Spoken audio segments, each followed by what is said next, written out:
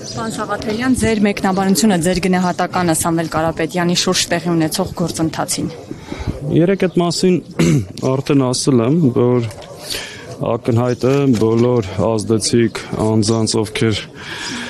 կանգնած են հայ առաքելական Սուրբ եկեղեցու կողքին, ովքեր այս ժամանակահատվածում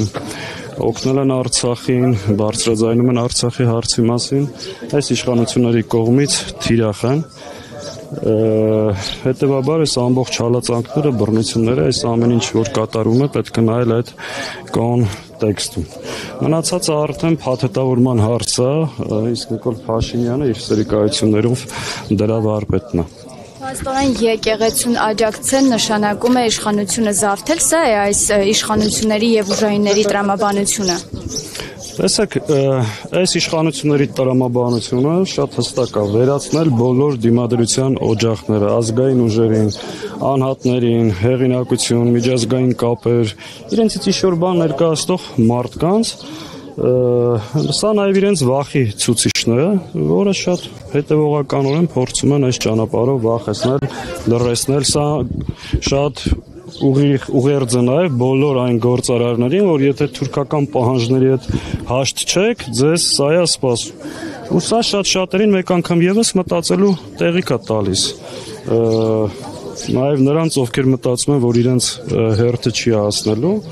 այս պետք է բոլորը տեսնեն, գիտակցեն, հասկանան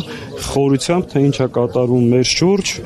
մեր երկրի ներսում եւ իրական թշնամիները ինչ են անում մեր պետության հետ։ Սաղաթելյան, բայց ազգային ժողովում Նիկոլ Փաշինյանը հայտարարեց, որ այդ հայտարարությունները եկեղեցու մասին չէր, այլ Հայաստանի Հանրապետության մասին էր ու փորձ է արվում տպավորություն ստեղծել, թե Հայաստանում կարող են գալ ինչ-որ մարդիկ, ինչ-որ տեղից ու իրենց ձևերով ասած ինչ-որ բան անել, ասում է, եթե կոնկրետ լուծումներ ունի Հայաստանի Հանրապետությունն ու չի հանդուրժի ինքը, որ որևէ մեկի լեզուն պտտվի ու նման բաներ ասի։ Բայց ինչ է ասել մարդ, ասել է եկեղեցու կողքն, Նիկոլ Փաշինյանը Հայաստանի ինքնիշխանությունից, պետությունից, պետականությունից խոսելու իրավունք չունի, որովհետև ինքը Հայաստանի ինքնիշխանության եւ պետականության առհասարակ թշնամին է։ Դա ակնհայտ է։ Իսկ այն մյուս հայտարարությունը, որ պետք է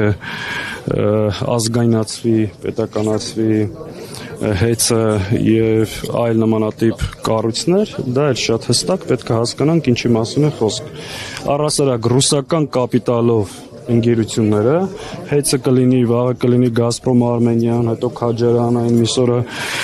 հարավկովկասյան երկաթուղիները, ինքը պետք է ազգայնացման անվան տակ խլի, որ այս ամեն ինչը հանձնի թուրքերին։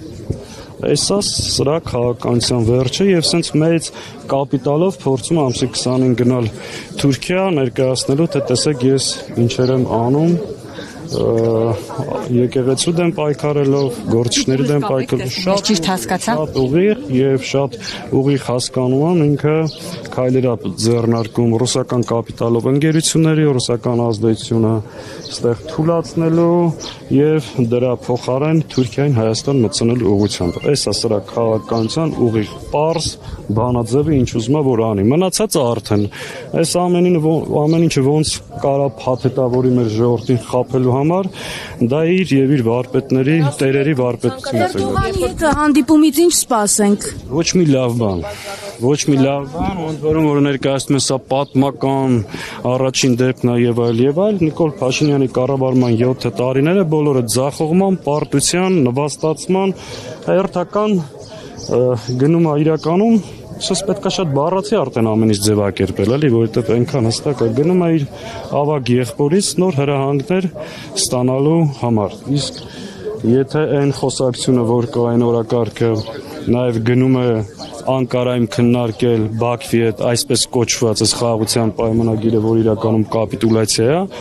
ու արդեն Թուրքիան է միջնորդ դառնում հայ-ադրբեջանական հարաբերություններին, դրանով արդեն ամեն ինչ ասված։ Պարոն Սաղաթելյան, իսկ ինչ եք անում դուք ձեր քաղաքական ուժը կանխելու այդ սցենարները, որոնց մասին նշում եք։ Դուք ես հարցը սենց անընդհատ ինձ հետևողական տալիս եք, ես ձեզ սիրով ամեն անգամ պատասխանում եմ, անցնող 5 տարվա ընթացքում կարծում եմ ինչ ենք արել բոլորի աչքի առջև, առհասարակ այդ հարցը պետք է տաք նրանց, ովքեր մինչև հիմա որևէ բան չեն արել եւ շատ հստակ ասում եմ, այս բանը լուրջ խորհրդակցություններ են տեղի ունենում ավելի խորքային գործընթաց սկսելու համար, ավելի կոնկրետ գործընթացը ենթադրում է նաև գործողություններ, ավելի կոնկրետ ու ավելի հստակ այս բան որևէ բան չեմ կարող վերջնական ասել, բայց կարող եմ հստակ ասել, որ կա խորհրդակցություն տարբեր ուժերի, քաղաքական գործիչների միջև ստեղծված իրավիճակում համարժեք քայլեր ձեռնարկելու ուղղությամբ։ Պարոն Սաղաթելյան, երբ Փաշինյանը նամակների միջոցով օրինակ նույնիսկ ԲԴԽ-ի նախագահ է աշխատանքից հանում, այս պարագայում դատարանից ինչ ակնկալիք ունեք։ Առհասարակ Նիկոլի դատարաններից մեծ ակնկալիք ունենալը լուրջ չի, բայց քանի որ գործը շատ ջուր է, շատ ծիծաղելի է, ծաղրի առարկա է ամեն ինչը, դրա համար միշտ ինչ որ 1% հույս ունես արդարության, չգիտեմ, ողջամտության, բայց ընդհանրապես Նիկոլի տիրապետության տակ գտնվող դատարաններից մեծ հույս ունենալ չի կարելի։ Սաղաթելյան տարածաշրջանային իրադարձությունների, եթե կարելի է անդրադառնանք, Իրանի հայ համայնքից արդեն ներկայացուցիչներ ունենք, ովքեր փորձում են վերադառնալ Հայաստան, սահատում են սահմանը, խոսում եք իրենց հետ, ինչ կապ ունեք։ Տեսեք, այսօր մի ընդհանրապես 1 ժամ առաջ եմ խոսել նաև Իրանի մեր ընկերների հետ, գիտեք դաշնակցությունը կառույցները համայնքում ներկայացությունը բավականին վիճակը գնալով տագնապալի է դառնում եւ Հայաստան այս պահին գալիս են ոչ միայն իրանահայեր, այլ նաեւ իրանցիներ ու բավականին մեծ հոսքով։